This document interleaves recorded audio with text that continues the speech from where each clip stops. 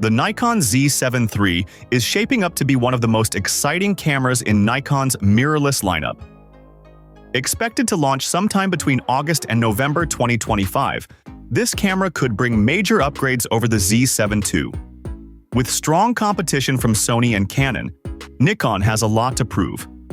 So what can we expect from the Z7 III, and how will it compare to other popular models? Let's break it down.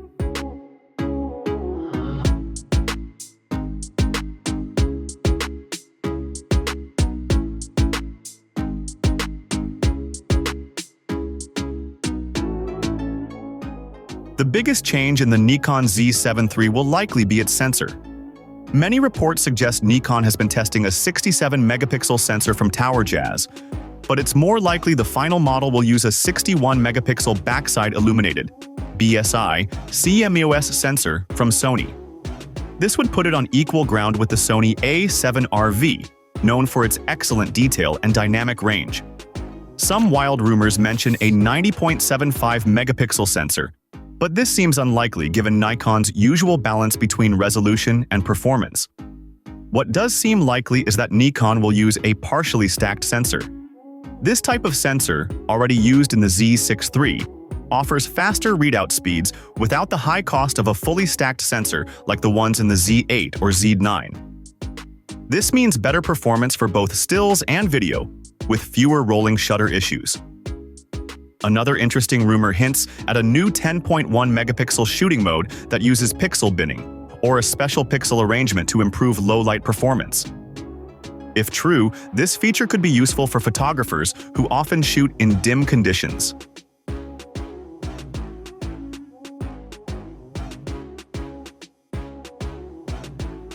Autofocus is another area where Nikon has made big improvements recently, especially with the Z8 and Z9.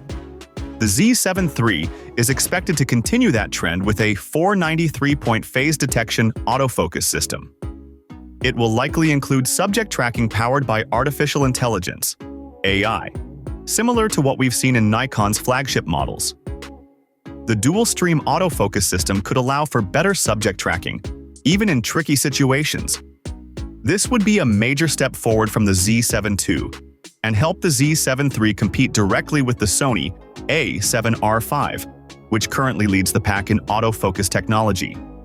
In-body image stabilization, IBIS, is also expected to improve.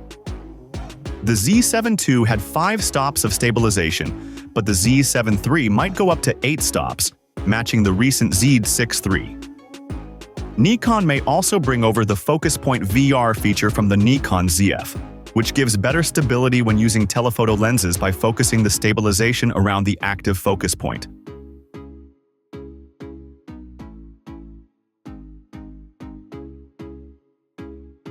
While the Z7 series has always been known more for still photography, video performance is becoming more important in today's hybrid cameras.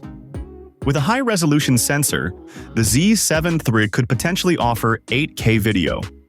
However, Nikon may choose to limit this to avoid overlapping too much with the Z8 and Z9. Current rumors suggest that 8K at 30 frames per second might be possible, although it could come with a crop. Full sensor 6K recording, and even 12-bit NRAW. Internal recording are also rumored. A more likely baseline is 4K video at 120 frames per second, which would be great for smooth slow-motion shots. If Nikon does include 8K video, the Z7 III would have an advantage over the Sony A7R V, which only offers 8K at 24 frames per second and doesn't focus heavily on video. This would also allow Nikon to better compete with Canon's video-focused EOS R5, especially if the Z7 III can avoid overheating issues.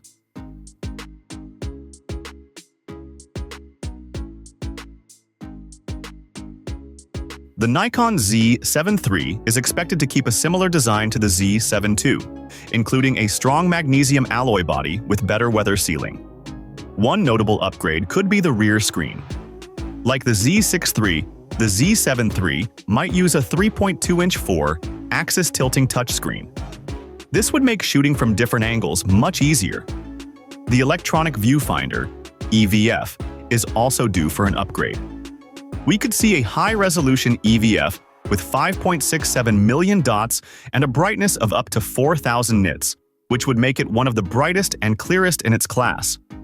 On the inside, the i8 will likely use dual card slots, one for CF Express Type B and one for UHS-2 SD cards, giving photographers flexibility and faster writing speeds. Connectivity is another area where Nikon has improved recently. The Z7 III may offer Wi-Fi 6, Bluetooth LE, and possibly even camera-to-cloud support for easier file transfer and remote access.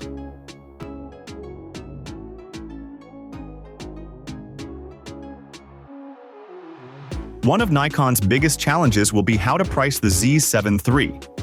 When the Z7 II launched, it cost around $3,000.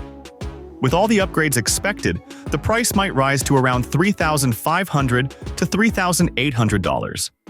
That's getting close to the Nikon Z8's price range, which sits at about $4,000. If Nikon pushes the Z7 III price too high, it could end up competing with its own Z8, which offers many high-end features. Nikon will need to clearly position the Z7 III as a high-resolution specialist, ideal for landscape, studio, and fine art photography.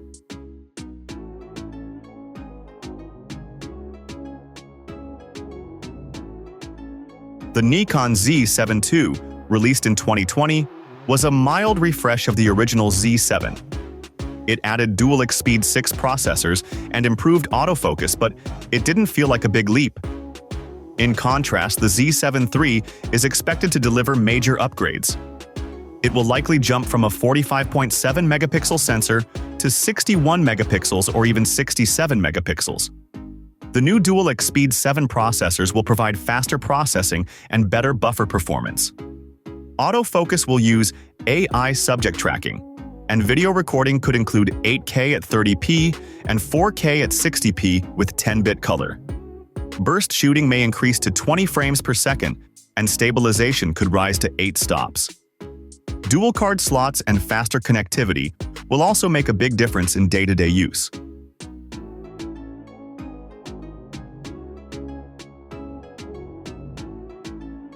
Sony's A7RV is one of the best high-resolution cameras on the market, featuring a 61-megapixel sensor and powerful AI autofocus. The Nikon Z7 III is expected to match or slightly exceed this resolution, bringing the two cameras into direct competition. Sony still has an edge in autofocus speed and subject tracking, but Nikon's natural color science, handling, and menu system are often preferred by photographers. If the Z7 III offers stronger video features like 8K at 30p, it could even pull ahead for hybrid shooters.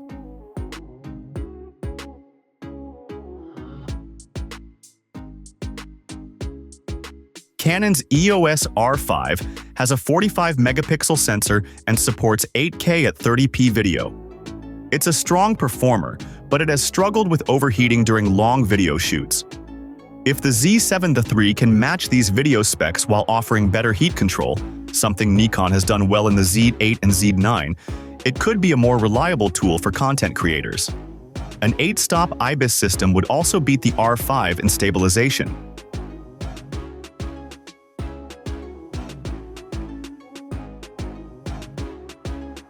The Nikon Z8 is a powerful hybrid camera with a 45.7 megapixel stacked sensor, 20 frames per second burst shooting, and 8K video. While it's geared toward professionals who need speed, the Z7 III will likely focus more on resolution.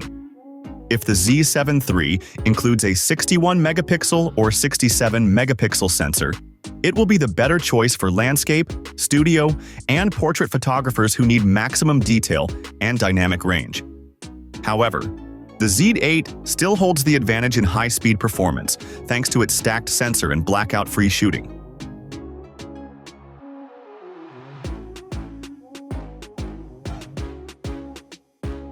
The Nikon Z7 III looks set to be a big step forward for high-resolution mirrorless photography.